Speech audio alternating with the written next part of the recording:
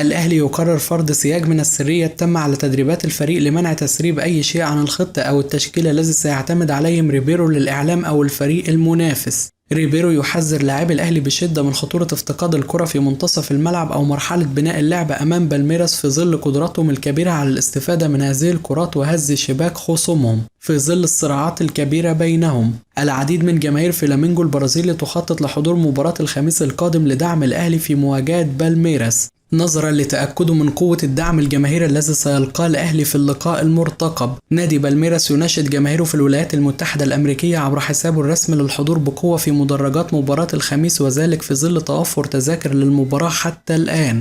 ريبيرو يصارع الزمن لإيجاد حلول لتعويض الفوارق البدنية الكبيرة بين لاعبي الفريق ولاعبي بالميراس البرازيلي قبل مواجهة الخميس القادم حتى لا تؤثر على الفريق في اللقاء المرتقب. والبعض في البعثة يبدي مخاوفه من الاحترام الزائد عن الحد للمنافس وتكرار خطأ كولر أمام سان داونز في نصف نهائي دوري الأبطال، ويؤكد أن الفوارق ليست كبيرة بهذا الحجم، والتهويل في قدرات المنافس وعدم احترام قدرات لاعبي الفريق أمر غير صحي على الإطلاق. ريبيرو يستقر على تكليف محمد علي بن رمضان بواجبات إمام عاشور في مواجهة بالميراس للاعتماد عليه في كسر الخطوط ونقل الفريق من الحالة الدفاعية للهجومية، وذلك بعدما كان له أدوار مختلفة في اللقاء السابق.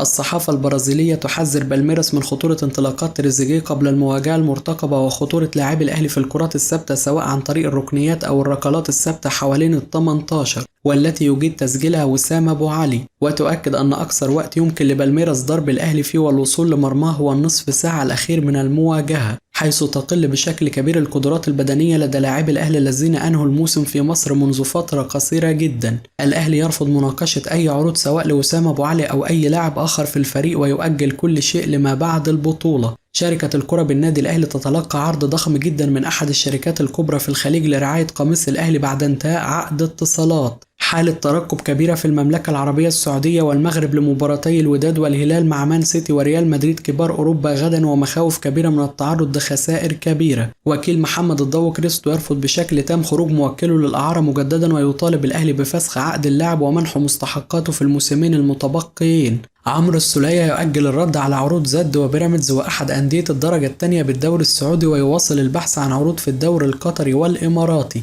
نادي الفتح السعودي يرفض شراء الموسم المتبقي من عقد فيستون مايلي مع بيراميدز مقابل 3 مليون دولار، واتجاه لصرف النظر عن ضمه حال تمسك بيراميدز بمطالبه. شبكة بي إن سبورتس القطرية تعلن تمديد تعاقدها على بث مباريات الدوري الإنجليزي حتى 2028. أحمد ناجي مدرب حراس الأهلي السابق يؤكد أن الأهلي يملك كل الحظوظ لتحقيق الفوز على بالميراس البرازيلي في اللقاء المرتقب، وذلك رغم قوة المنافس الكبيرة على المستوى البدني، لكنه يرى من وجهة نظره أن الأهلي على المستوى الفني أفضل من الفريق البرازيلي وقادر على تحقيق الفوز بإذن الله. خالد جد الله نجم الأهلي السابق يؤكد أن توزيع الجهد في مواجهة بالميراس البرازيلي على مدار المباراة واستغلال أنصاف الفرص أهم أسلحة الأهلي لتحقيق نتيجة إيجابية في مواجهة الخميس، وإذا أحسن ريبيرو واللاعبين التعامل معهم سيقدر الفريق على تحقيق نتيجة إيجابية. ويتوقع انتهاء المباراة بنتيجة 1-0 للأهلي أو 1-0 لصالح المنافس، ويستبعد تسجيل الفريقين أكثر من هدف في المباراة. أحمد بلال لاعب الأهلي السابق: